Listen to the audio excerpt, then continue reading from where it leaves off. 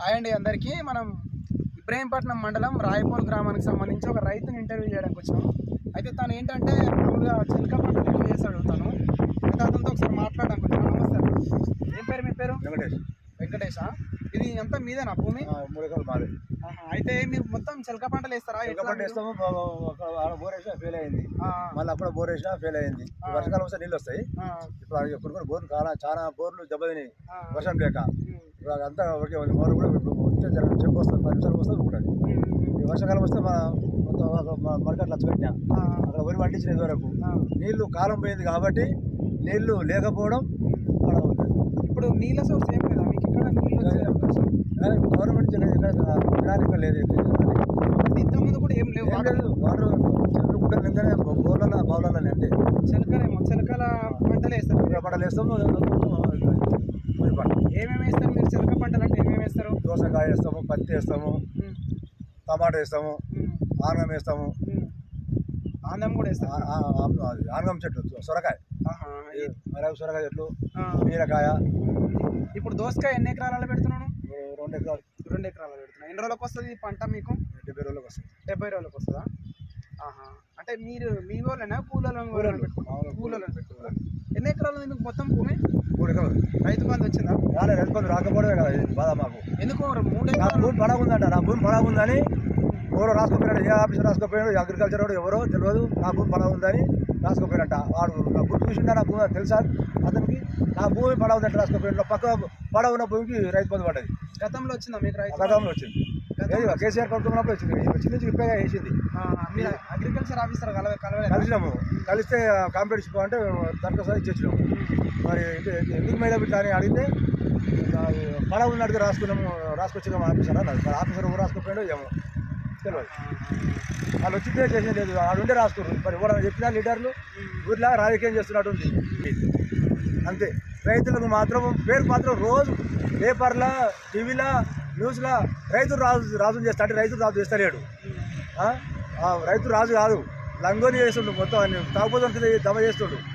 పథకాలు పెట్టవద్దు, పెడితే ఇస్తే మా పెట్టాలి, లేకుంటే లేదు.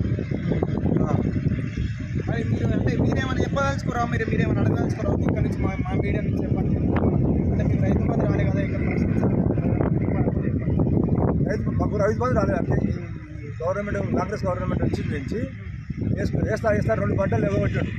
2 పంటలు ఇవ్వకపోతే సరే గవర్నమెంట్ కొత్తగా వచ్చింది కదా అన్నట్టుగా ఒప్పుకోబట్టాం.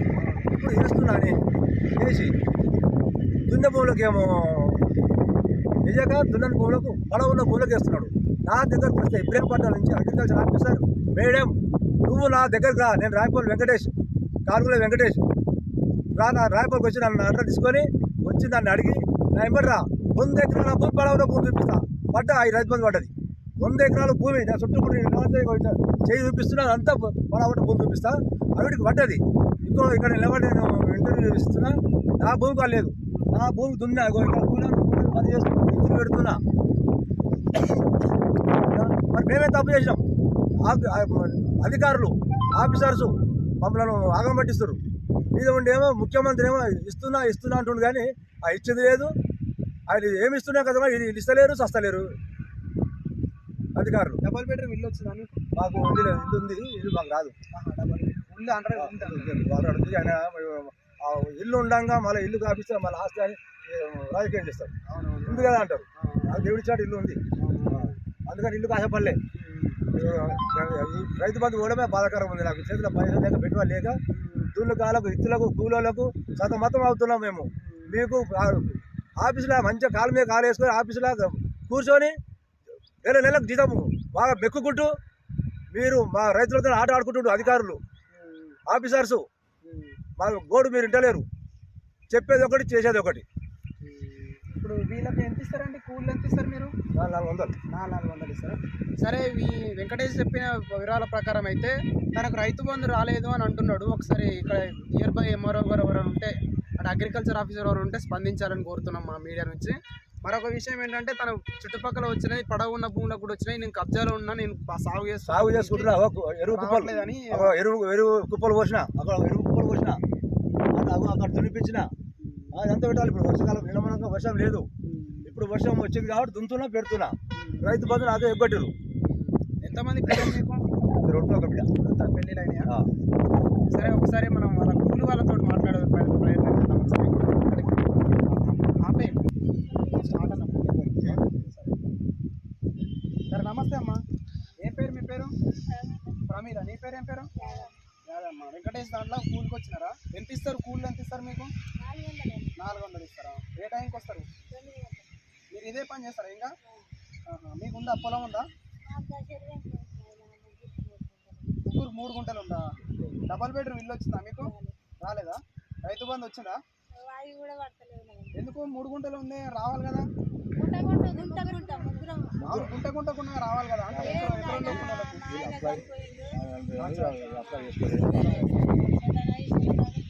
రవిలమ్మ మీకు వస్తుందా? రైతు బంధు వస్తుందా? పైసలు వస్తున్నాయా? పైసలు వస్తాయా?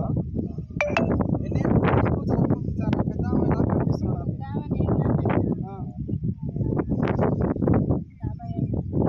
55 ఏళ్ళు ఉంటావా? రోజు వస్తావా పనికి? బండి మీద ఎక్కించుకొస్తే బండి మీద ఎక్కించు.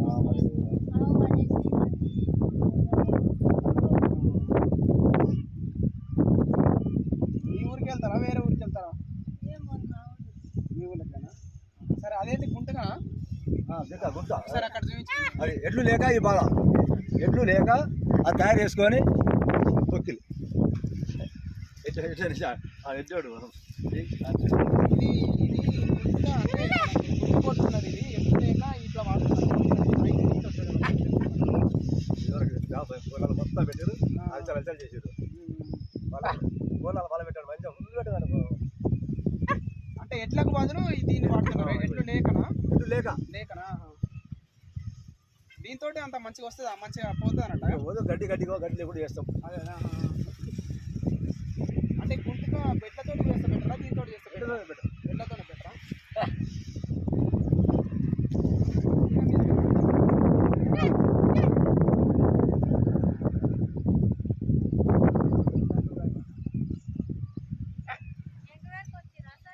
ఎంక్వైరీకి వచ్చింది.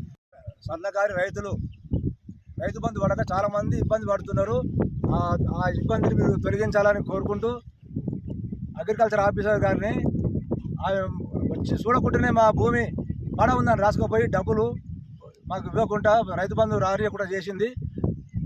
కాబట్టి గవర్నమెంట్ స్పందిస్తుందా, అధికారులు స్పందిస్తురా? స్పందించి మా యొక్క గోడును గమనించి మాకు రైతు బంధు వచ్చేటట్టుగా మళ్ళా చేయగలరని. రైతు వెంకటేష్ ఏం చెప్తున్నారంటే అర్హులైన అందరికీ రైతు బంధు ఇవ్వగలరు అని, మాకు చాలా ఇబ్బంది ఉంది డబ్బులు లేకుండా అని వెంకటేష్ గారు చెప్తున్నారు. దయచేసి దీని మీద ప్రభుత్వం స్పందించాలని. ఇబ్రాహీంపట్నం అగ్రికల్చర్ ఆఫీసర్ గారు, మాది రాయపూల్ ఇబ్రాహీంపట్నం మండలం. నా పేరు వెంకటేష్. నా భూమి సర్వే నెంబరు 249, 247, 2 సర్వే నెంబర్ల 2 ఎకరాల 28 గుంటలు, 2 ఎకరాల 28 గుంటల భూమి ఉంది. నాకు పడ్డాయి 10 ఎకరం భూమికే పడ్డాయి. కడమ భూమి వల్లేదు.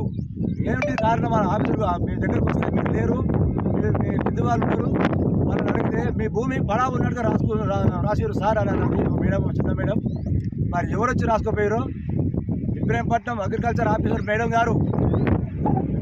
మీరు వచ్చి నా భూమిని పక్కపొంటి ఉన్న భూమిని,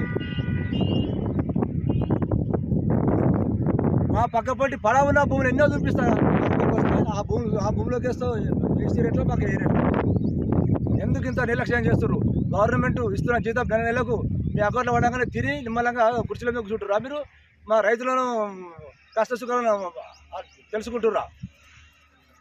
రైతు చెప్తున్నాడు తను అర్హులైన అందరికీ ఇవ్వాలి అని చెప్తున్నాడు. గవర్నమెంట్ ఉద్యోగాలు లేవు మాకు, మేము వ్యవసాయం చేసుకుని బతుకుతున్నాం కాబట్టి మాకు రైతు బంధు రావాల్సిందిగా కోరుతున్నారు. ప్రభుత్వం దీని మీద స్పందించాలని మా యొక్క ఛానల్ నుంచి మేము కూడా కోరుతున్నాం. మేము కూడా ఇబ్రాహీంపట్నం అగ్రికల్చర్ ఆఫీసులో దరఖాస్తు పెట్టించాము. మా దరఖాస్తు అవన్నీ పరిశీలించి అది మాకు రైతు బంధు వచ్చేటట్టుగా చేయగలరని మనవి.